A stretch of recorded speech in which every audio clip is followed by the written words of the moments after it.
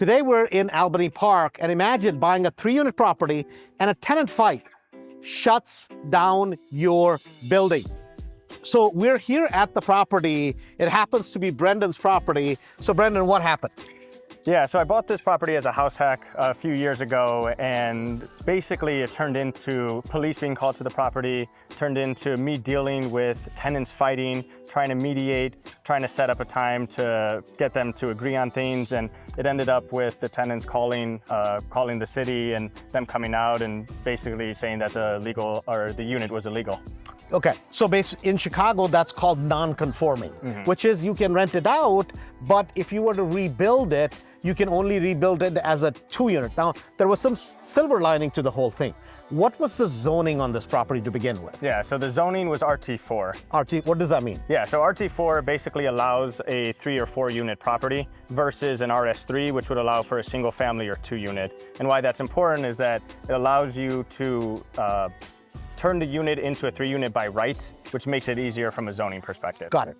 But now they come in, they shut you down, they're like, you can't rent out the bottom unit. So if you run the property as just as 2-unit, right, how much of a difference does it make price-wise in terms of what the value and the cash flow? Oh, significantly. Okay. It's probably a $100,000 to $150,000 difference between a 3-unit versus a 2-unit, right? And you bought it as a house hack as a 3-unit property, not as a 2-unit. Right. Okay, so that's important to understand. So basically, it's like, I don't want to use it as a 2-unit. Why would I want to take a $150,000 price cut and my rent roll goes down? Effectively, if you were to live in this property, which you did when you bought it as a house hack, you pretty much are living in a property in a beautiful part of town, 100% free. Correct. Okay, so now let's talk about, you get shut down, so what is the step-by-step process? So first thing was zoning, or the first thing was, I gotta fix it? What was the first thing you had to go through? Yeah, so when it first shut down, I wasn't sure what I wanted to do, if it was just take it apart.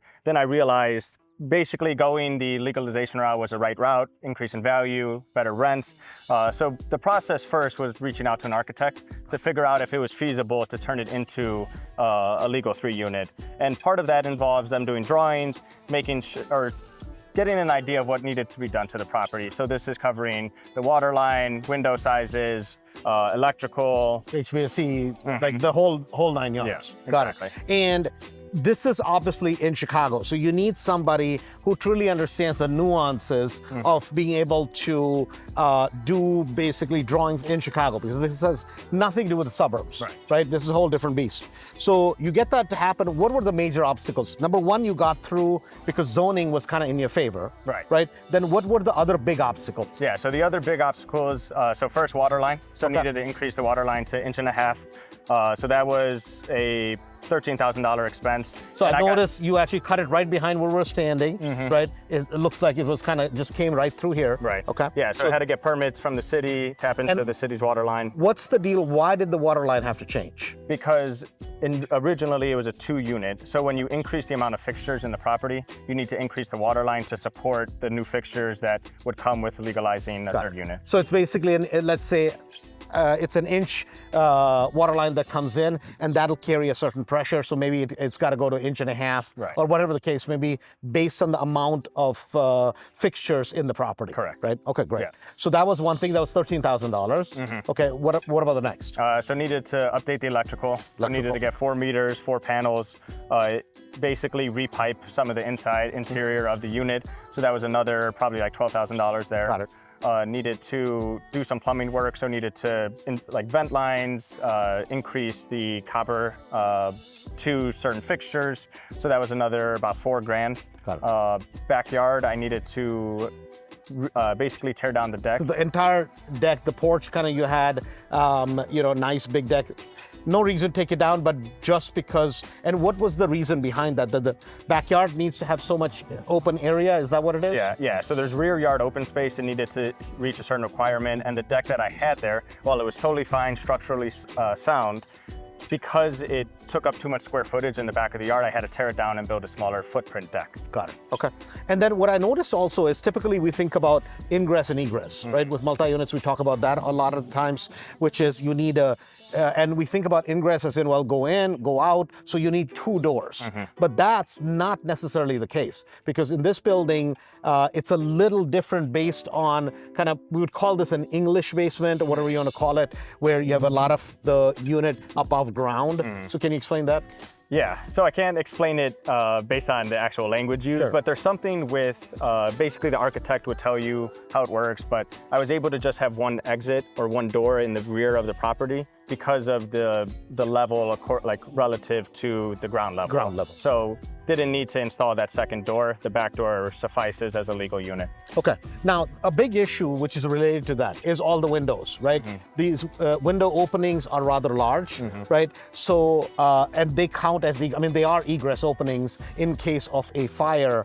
And that's something a lot of people don't know, which is explain how that works, the kind of the 8% rule that you were explaining. Yeah, so basically in each bedroom and each living room, you need to have 8% as light and vent. So basically a window size according to the square footage of the room. So for example, you have a 100 square foot bedroom, you need to have a 8 square foot window inside that bedroom to count towards light and vent. Got it. Okay. So basically a certain percentage of the room size needs to be on the window kind of thing. Correct. Okay. Got it. And so you had to put in how many new windows? 4 windows. 4 new windows. 3 for the bedrooms, so it's a 4-bed, 1 bath. One of the bedrooms was small enough where the existing window was fine. So 3 in the bedrooms and then 1 in the living room. And what did that cost? So it was about $1,000 a window with the brickwork, the lintels, everything. The whole thing. That's not a bad price. Yeah. Okay. So all said and done, right? How much did you end up spending in the property? About $60,000. About 60. Now here's the silver lining on the back end. What does that increase in terms of, what is the price increase in the back end for you? Yeah, probably 100 to 120,000. 100 to 120, right? So sometimes this is going to happen where, guess what? I mean, a crazy situation. Nobody wants to go through that, but it is what it is. Now, the good part is, number one, it was a non-conforming building.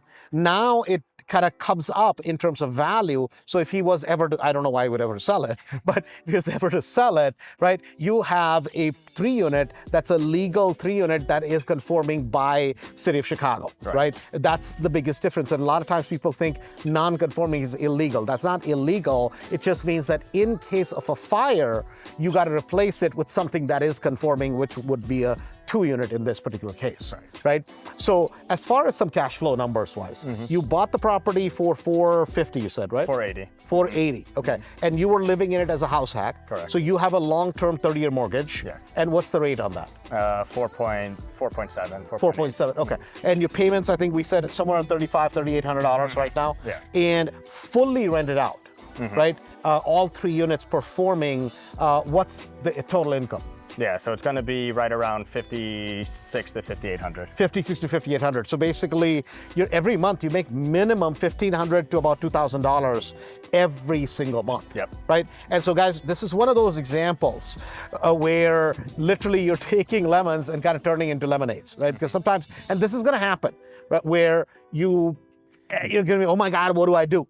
And then guess what?